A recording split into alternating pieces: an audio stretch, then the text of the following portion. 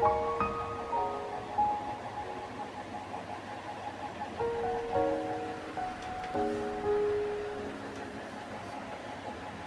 সকাল সবাইকে। কেমন আছো তোমরা সবাই? আশা করছি তোমরা সবাই ভালো আছো, সুস্থ আছো। আজ হলো মঙ্গলবার, আমার আরও একটি নতুন ব্লগে তোমাদের সবাইকে স্বাগত। আমি সকালবেলা ঠাকুর পুজো দিয়ে ভিডিওটা শুরু করলাম। সম্পূর্ণ ভিডিওটা দেখার অনুরোধ রইল। আজকে ভিডিওটা একটু বড় বানিয়েছি। বড় বানানোর পেছনে একটু কারণ আছে, তোমাদের সাথে কিছু কথা বলবো। চলো পুজোটা আগে দিয়ে নিই।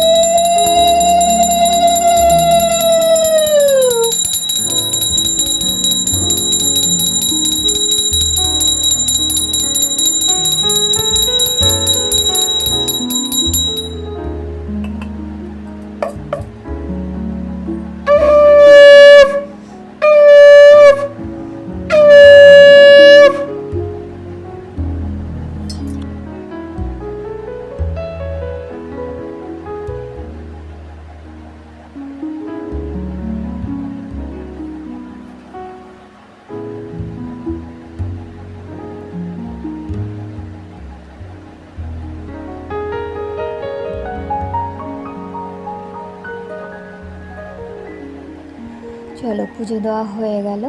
এবার আমি সমস্ত ঘরে একটু ধূপ দেখিয়ে নেব। আমি এতক্ষণ পর্যন্ত কিছু বলিনি, মানে কিছু বলছিলাম না, কারণ আমি পুজো দিচ্ছিলাম তো। আর পুজো এমন একটা জিনিস, পুজো যদি একটু শান্ত মনে দেওয়া যায়, এর থেকে শান্তি তো আর কিছুই হয় না। সংসারে তো শান্তি নেই, কিন্তু পুজোটাও যদি একটু শান্তি করে দিতে পারি, এটাই মানে পরম শান্তি। যাই হোক, তবুও পুজো দিতে বসে মনটা একটু এদিক ওদিক হচ্ছিলো, কারণ আজকে আমি ভীষণভাবেই মানে কি বলবো, ভীষণভাবে চিন্তিত এবং মানে হতাশ বলতে পারো, যা তোমরা ভাবো। মনটা আমার সত্যি অনেক খারাপ। আর পুজো দিতে বসেও আমার মেয়ে বেশ কয়েকবার ডাকছিল, মানে পুজো দিতে বসেও যেন শান্তি পাই না, এরকম একটা ব্যাপার। আর ভিডিও সম্পর্কে আজকে আমি সেরকম কিছু বলবো না, বলবো আমার চ্যানেলটা নিয়েই। এখানে দেখছো সবজি কেটে নিচ্ছি, তোমরা ভিডিওটা একটু ধৈর্য ধরে দেখো। সম্পূর্ণ ভিডিওটা দেখার অনুরোধ রইল তোমাদের কাছে। আসলে আমি বলবো আমার এই চ্যানেলটা নিয়ে, অনেক আশা নিয়ে তো আমি ইউটিউব চ্যানেলটা শুরু করেছিলাম। আর হ্যাঁ, অবশ্যই আমার হাজব্যান্ডকে আমি পাশে পেয়েছি, তাই হয়তো এই ভিডিও করা শুরু করেছি। আমার হাজব্যান্ডকে আমি জিজ্ঞাসা করেছিলাম যে আমি এরকম এই কাজটা কি করব। আর আমি না সবসময় আমার মা বাবা এবং আমার হাজব্যান্ড, এই মানুষগুলোকে সবসময় গুরুত্ব দিই। মানে কোনো একটা কিছু করতে গেলে তাদের কাছে অবশ্যই একটু আলোচনা করি, একটু পারমিশন নেওয়া, মানে এদেরকে আমি ভীষণভাবে মানি, ভালো লাগে আমার। আমার হাজব্যান্ড বলেছিল যে তোমার যদি এই কাজটা করে ভালো লাগে, শান্তি লাগে, তুমি করো, আমি তো বাধা দেওয়ার কেউ নই।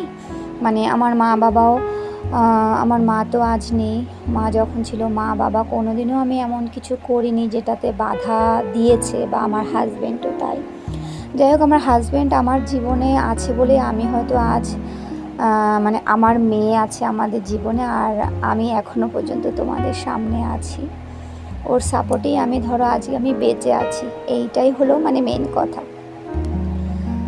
আমি বলছি এই কারণ দেখো, আজকে ব্লগ ভিডিও আমি করছি প্রায় 1.5 বছর হতে চললো। মানে আমার এই চ্যানেলটার বয়স কিন্তু বেশ কয়েক বছর হয়ে গেছে, ধরো হ্যাঁ 4-5 বছর তো হবেই। আমার আসলে বিউটি কিচেন বলে আমার চ্যানেলটা ছিল। তারপর যাই হোক, বিউটি কিচেন বেশ কয়েক মাস চলছিল। তারপরে তো তোমাদেরকে কোনো একটা ভিডিওতে বলেছিলাম আমার ছোট মামা হঠাৎ করে আমাদের সবার জীবন থেকে চিরদিনের জন্য চলে গেছে। ছোটো মামার চলে যাওয়াটা আমি টানা একটা বছর আমি মেনে নিতে পারিনি। মানে এক প্রকার বলতে পারো আমি যে ভোলা বাবাকে মানি, মানে মহাদেবকে মানি, তার মুখটা আমি টানা একটা বছর দেখিনি। মানে ছোটো মামা চলে যাওয়াটা এতটাই আমাকে আঘাত করেছিল, যে কারণে আমি কিচেন চ্যানেলটা, মানে বিউটি কিচেন চ্যানেলটা আর চালাইনি। তারপর যাই হোক, 2024 সালে আমি আমার মায়ের সঙ্গে আলোচনা করেছিলাম, মা এরকম আমি একটু চ্যানেল করব, মানে সারাদিন এই ব্লগ ভিডিওর ব্যাপারে। আমার মা তো অত বুঝতো না, মা বলেছিল কীরকম কাজটা, তখন বলতাম মা এরকম এরকম সারাদিন আমি কী কাজ করি সেগুলো দেখাবো। তা আমার মা খুব খুশি হয়েছিল যে ঘরে বসে এই কাজটা কর, ঘরও সামলানো হবে আর ঘরের সব কিছু দেখাবি যতটা পারবি। মানে আমার মা ভীষণ খুশি হয়েছিল। যাই হোক, মার সঙ্গে এটুকুই আলোচনা হয়েছিল। তারপর তো মা ছেড়ে চলে গেল। তারপরে মা চলে যাওয়ার ঠিক 3 মাস, মানে 2024-এ 3 মাস বাদেই আমি আবার মানে আমার মায়ের কষ্টটা বুকে চাপা নিয়েই আমি কাজটা শুরু করেছিলাম।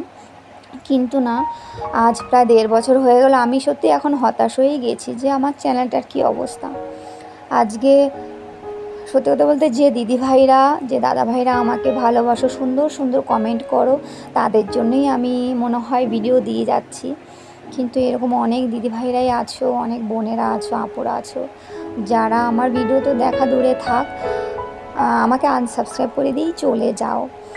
কিন্তু যে দিদিভাইরা রেগুলার আমার ভিডিও দেখো, তোমরা না মাঝে মাঝেই আমার সাবস্ক্রাইবারটা একটু, মানে আমার যে সাবস্ক্রাইবার আছে সে কটা একটু খেয়াল করো, যে আমার সাবস্ক্রাইবার হয়ই না। মানে 2-3টে ভিডিও ছাড়ার পরে হয়তো 1জন কি 2জন আসে, সেটাও চলে যায়। তাহলে সাবস্ক্রাইবার তো হচ্ছেই না, বাড়ছেই না। তাহলে আমি কি করে চ্যানেলটা এগিয়ে নিয়ে যাব বলো?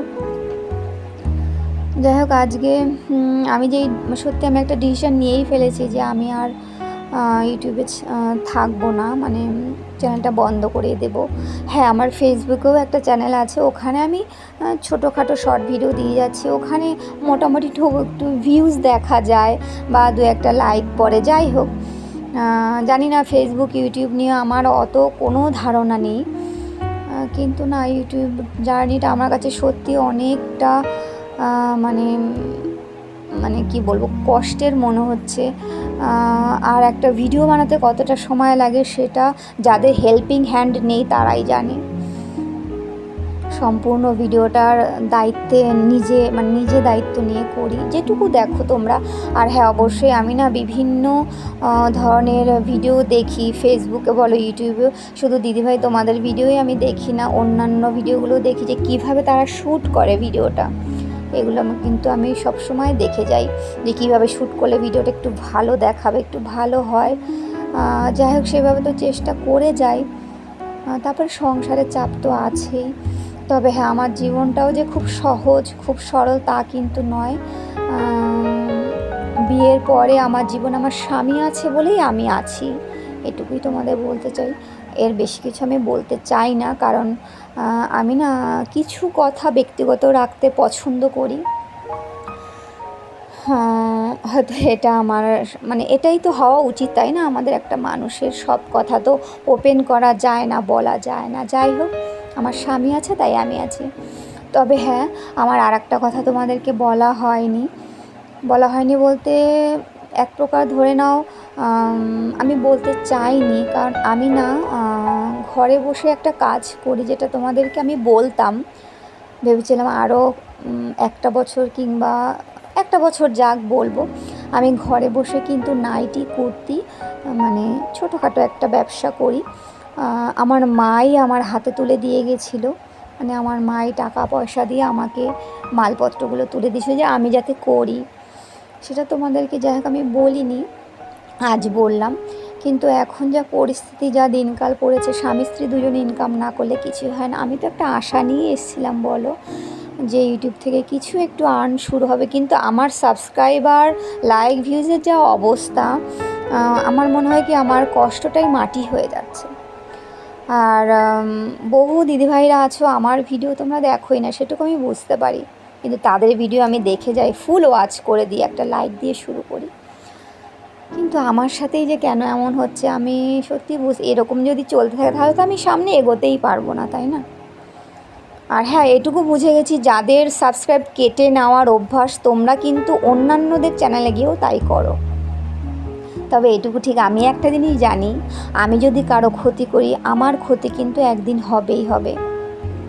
আর আরও একটা জিনিস, আমি ভিতরে ভিতরে কারো ক্ষতি করছি কেউ না দেখলেও একজন দেখছে, সে হচ্ছে ঈশ্বর, যাকে আমি ভীষণভাবে ভয় পাই জানো তো।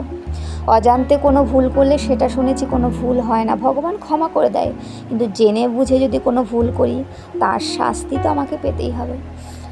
যাই হোক, তোমাদেরকে এটুকুই বলার জন্যই আজকে ভিডিওটা করা, যে আমি হয়তো আর ভিডিও আপলোড করব না, কারণ আমি সত্যি আজকে সারাটা দিন আমি কীভাবে যে চলেছি সে আমি জানি। এখন যেন 4টে বাজে, এখন আমি খাইনি। আমার মেয়ে বারবার বলছে, আমার মেয়ে সামনেই বসে আছে, বারবার বলছে মা তুমি খাবে না, আমি যে খাবো একটু পরে খাচ্ছি, এরকম একটা অবস্থা। যাই হোক, আমি 4:30 নাগাদ একটু খেয়েছিলাম। আমি সারা দিন ভেবেছি জানো তো, যে আমার সাথে কেন এরকম হচ্ছে, আমি এতই কি খারাপ ভিডিও বানাই, ভিডিও মানে কোয়ালিটি কি আমার এতটাই খারাপ। যাই হোক, আর বেশি কিছু বলবো না। তবে হ্যাঁ, আমি আর একজনের কথা বলবো যাকে আমি ভীষণভাবে মিস করছি, একটা দিদিভাই, বাংলাদেশি, মাম, চাঁদপুর, সোহেলি দিদিভাই। আমি যত সম্ভব ঠিকঠাকই বললাম। সে দিদিভাই কেন ভিডিও দিচ্ছে না, আমি দিদিভাইয়ের আইডিতে গিয়ে দেখছি দিদিভাইয়ের কোনো ভিডিও নেই। ওই দিদিভাই আমার মনের অনেকটা কাছে, কারণ একদিক দিয়েই কাছে, সেটা হলো দিদিভাইয়ের একটা মেয়ে সন্তান ছিল, সেই সন্তানটা যে শরীর খারাপ নিয়ে পৃথিবী ছেড়ে চলে গেছে, ঠিক একই শরীর খারাপ নিয়ে আমার মাও চলে গেছে আমার জীবন থেকে। এই জন্যই ওই দিদিভাই না আমার মনের অনেকটা কাছে। সেই দিদিভাই কেন যে ভিডিও দিচ্ছে না জানি না। আর অবশ্য আমিও ভিডিও হয়তো দেব না।